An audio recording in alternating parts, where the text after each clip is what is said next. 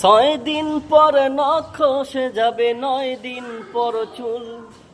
কবর গায়ের সামান নিতে কইরো না কেউ ভুল। কবর জায়গা ভালো নয়, আমল দিয়ে কবর গৃহ সাজিয়ে নিতে হয়। কবর জায়গা ভালো নয়, আমল দিয়ে কবর গৃহ সাজিয়ে নিতে হয়।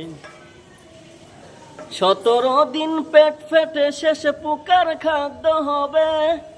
60 দিন পর গোশ থাকবে না, কঙ্কাল পরে রবে ও মানুষ। 17 দিন পেট ফেটে শেষে পোকার খাদ্য হবে। 60 দিন পর গোশ থাকবে না, কঙ্কাল পরে রবে।